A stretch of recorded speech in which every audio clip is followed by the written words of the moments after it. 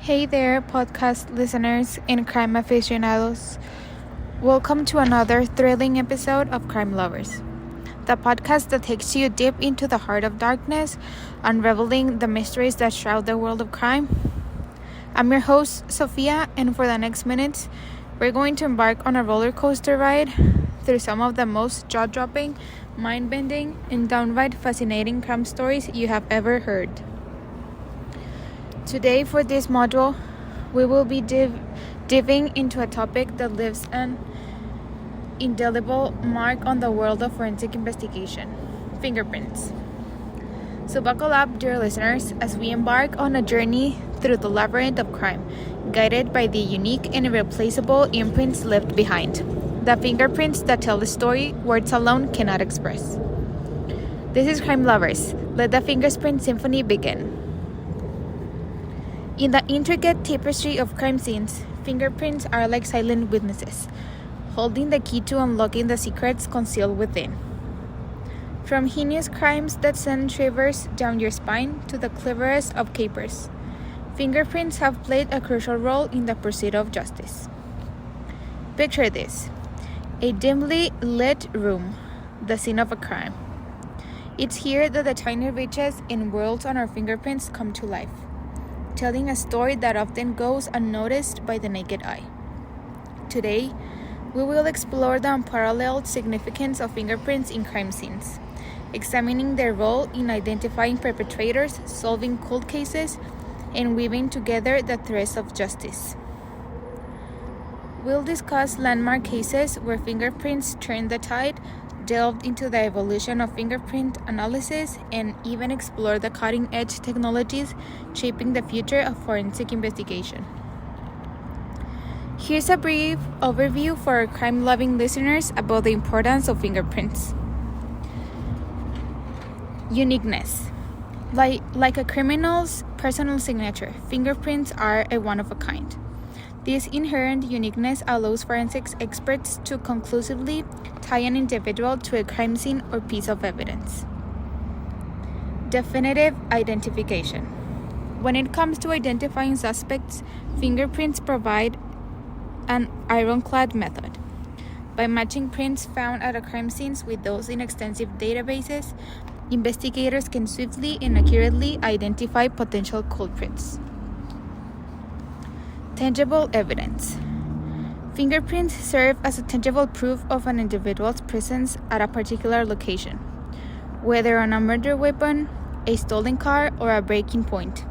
Fingerprints provide concrete links between suspects and criminal activities.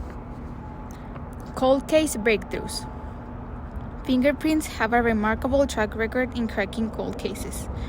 Advances in forensic technology allow investigators to reevaluate our archived prints, leading to breakthroughs in cases that have long stumped law enforcement.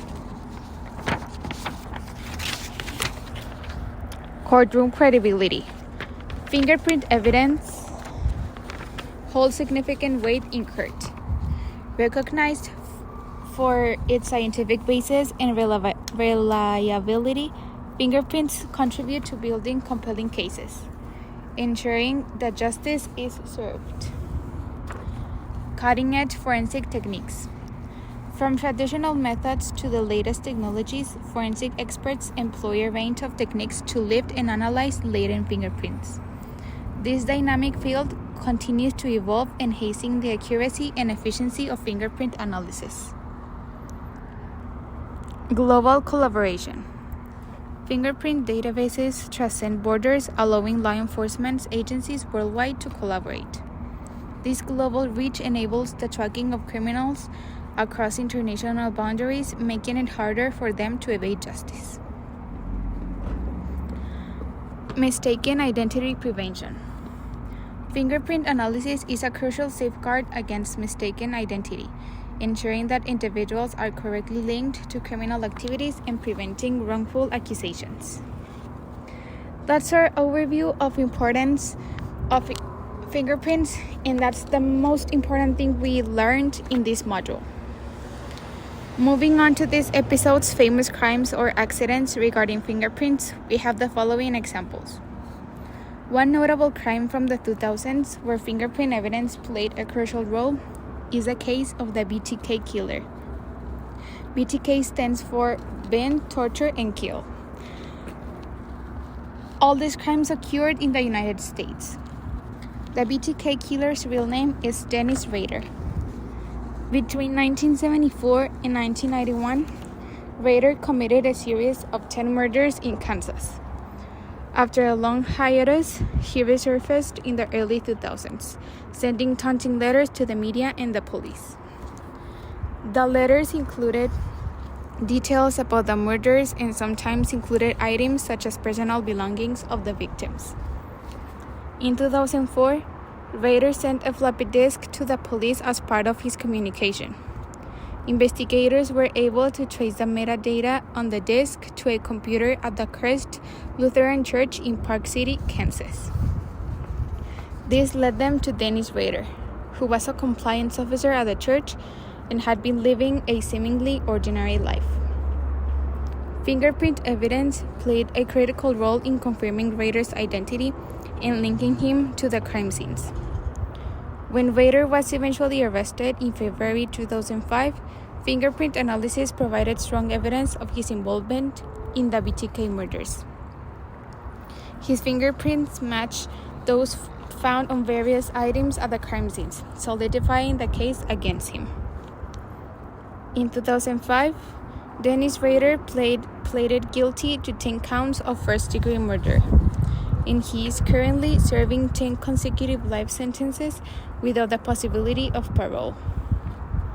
The BTK case highlighted the significance of evolving forensic technologies, including fingerprint analysis, in solving cold cases and bringing notorious criminals to justice. Lastly, we are moving on to the current events section. The following case I'm going to mention may not be very popular, but I do believe all of you crime lovers will love to see how investigators can change history.